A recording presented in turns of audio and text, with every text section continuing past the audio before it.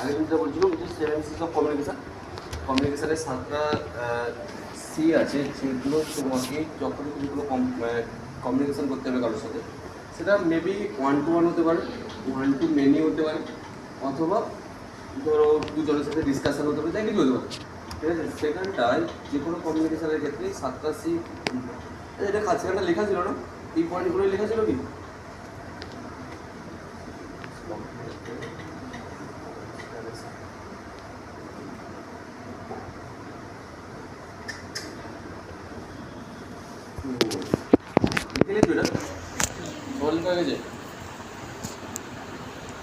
Clear, concise, concrete, correct, coherent, complete, and conciseness. Completeness, conciseness, consideration, correctness, concreteness, clarity.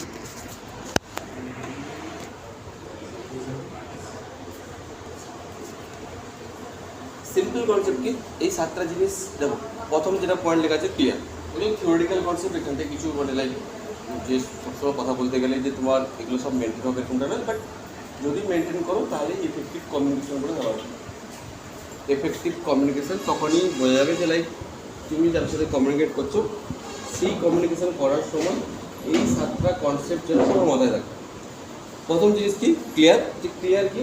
যে ধরো suppose আমি তোমাকে আজকে ধরো 7 C's অফ কমিউনিকেশন বলছি, এবার কথা হচ্ছে প্রত্যেক দিন লেট করছে, ধরো তার আগে দিন তো লেট করছি, ঠিক আছে।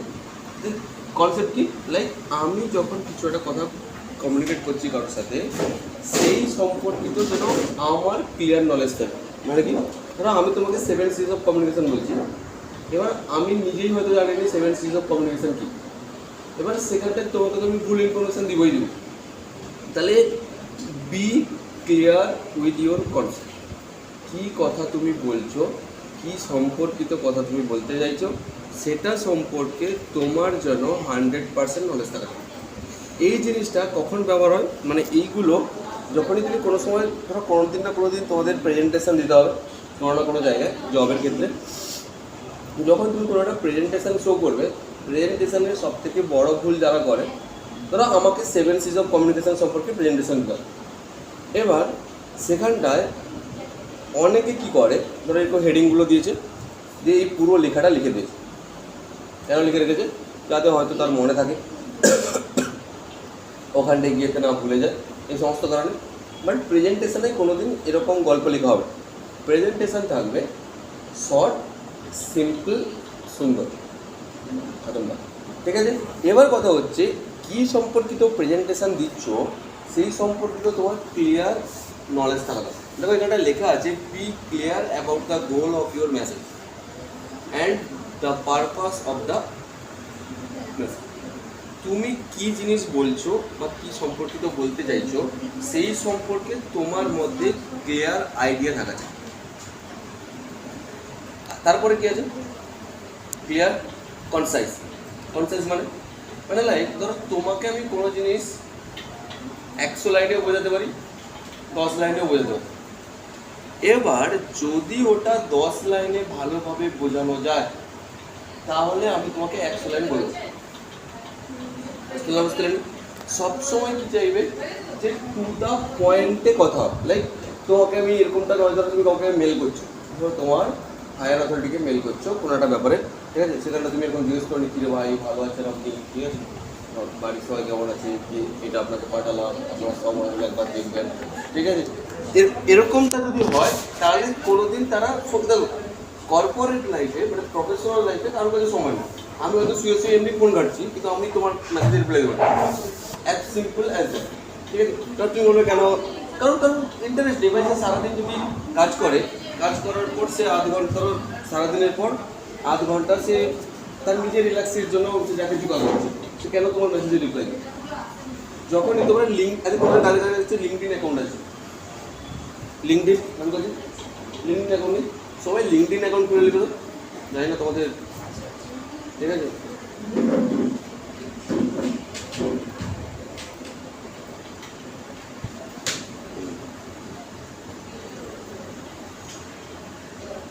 লিঙ্কডিন এখন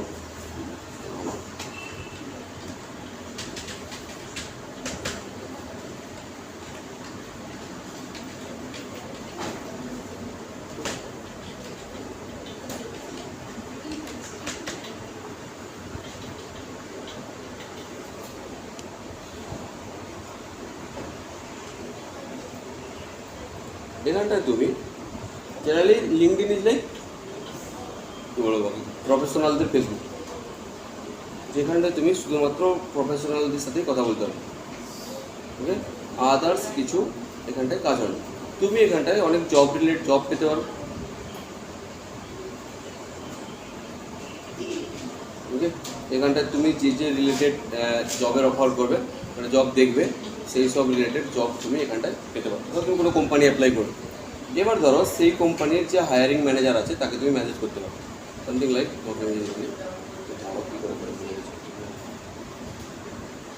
ধরো তোমাকে আমি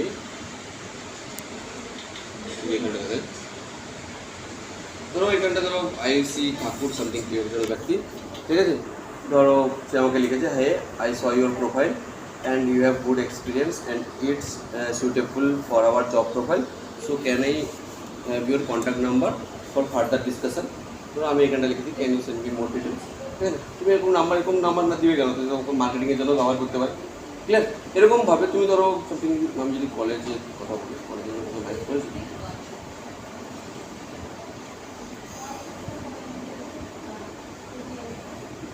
এই অ্যাকাউন্ট থেকে আমি করে দেবো।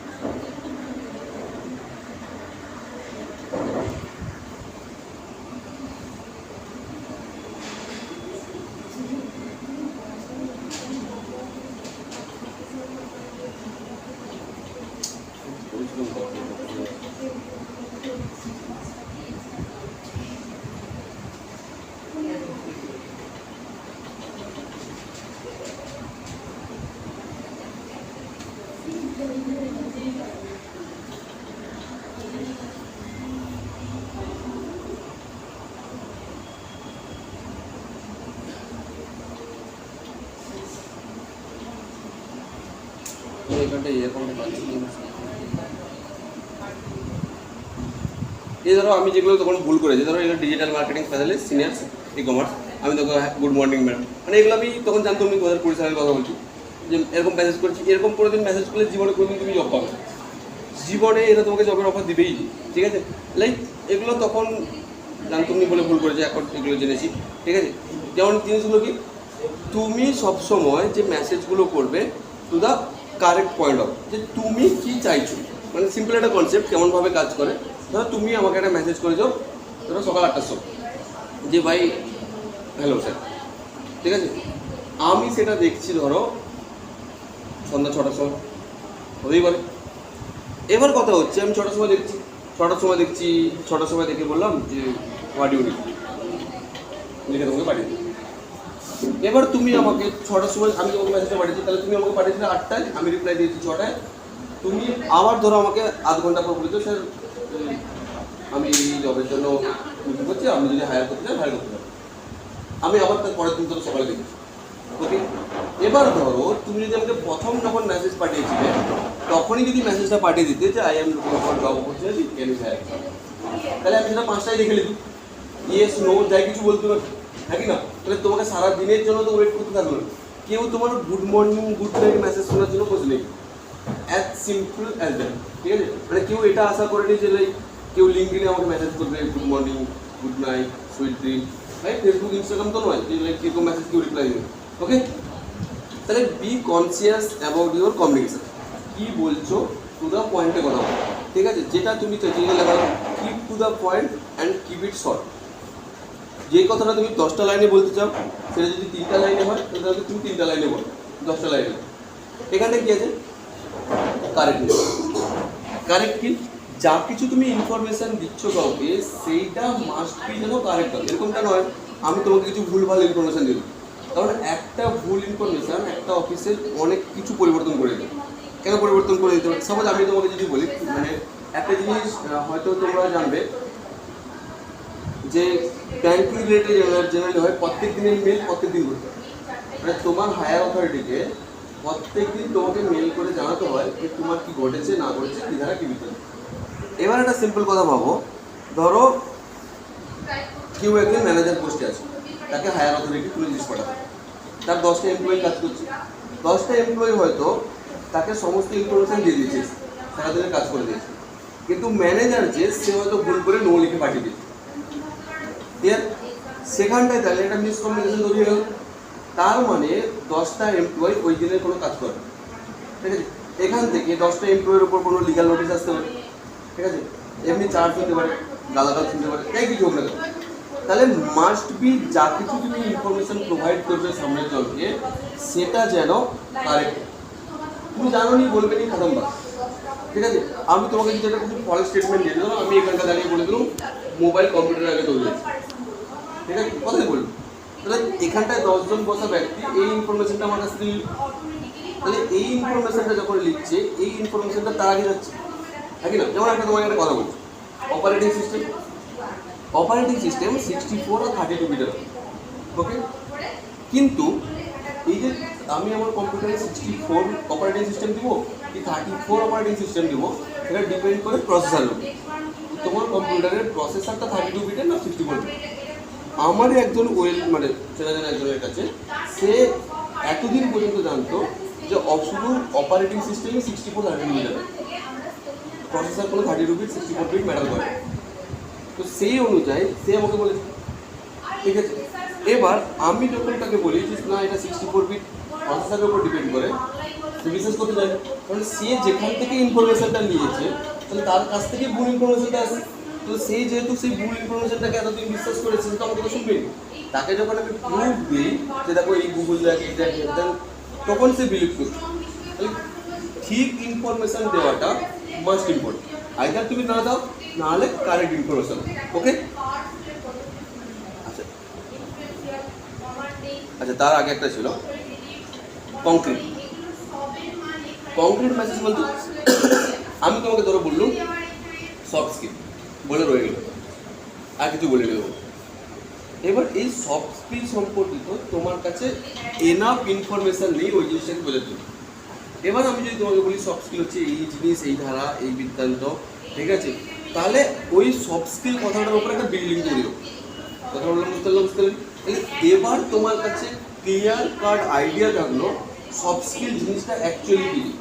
আমি তোমাকে যদি বলে দিই শুধু সফট ঘর, তোমার মনে 1000 কোশ্চেন চলে আসবে, কীরকম ঘর, কী ধারা, কী বৃত্তান্ত, কী কালার দেওয়া আছে। এবার ধরো আমি তোমাকে যদি বলি যে এই রাস্তার কাছে এই একটা ঘর আছে যার কালারই ইলেকট্রিশিয়ান হ্যান্ড হ্যান্ড ব্লা ব্লা ব্লা, তাহলে তোমার কাছে পুরো নলেজ থাকলো ওই বাড়িটার সাথে। এইটাকে কী বলছি আমরা? আমি তোমাকে সফট স্কিল বলে যদি থেকে যাই, তাহলে তোমার কাছে সফট স্কিল সম্পর্কে কোনো আইডিয়া নেই, ওকে?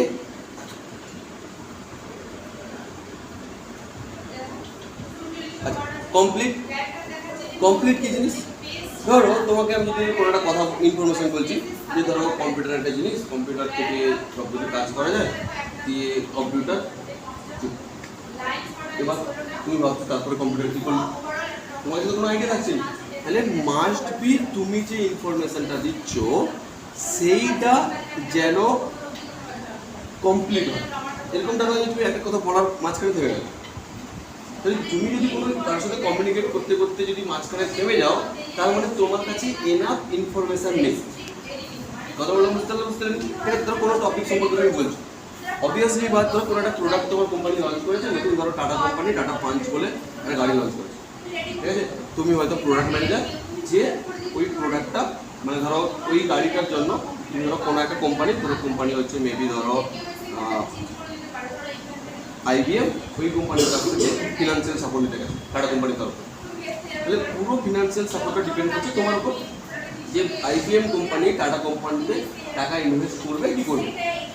এবার তুমি ধরো টাটা পাঞ্চ সম্পর্কিত প্রেজেন্টেশন দিচ্ছ ওখানটা, ঠিক আছে, যে টাটা পাঞ্চ এইরকম এরিয়া গাড়ি, এই মার্কেট ভ্যালু, মূল্য সুদ, এটা ওটা।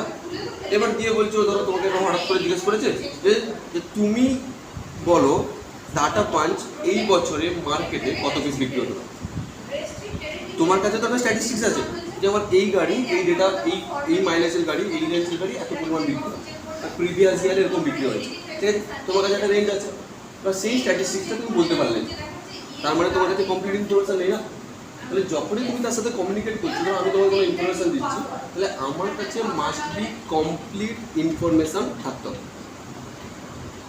তারপরে কি আছে, কোহিরেন্ট। মানে কোহিরেন্ট মিনস লাইক কি বলবো, মানে কোনো একটা কথা মাস্ট বি কোনো মিনিংফুল হবে, মানে লজিক্যাল হতে হবে। এরকম না তোমাকে আমি আংমাংচাং বলে দিলাম যে লাইক এরকম হয়, গাড়ি তো গাড়ি ছুটে, ঠিক আছে, 4টার মতো টায়ার আছে, হেভি গাড়ি, এবং তোমাকে ফালতু ফালতু ইনফরমেশন দিয়ে দেবো।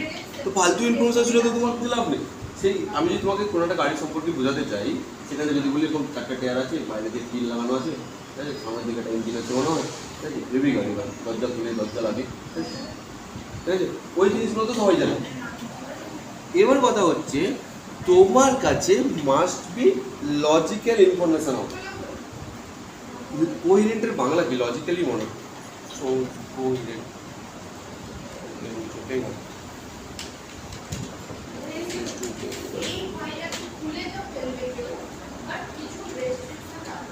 সুসংগত, পরিষ্কার, ঠিক আছে,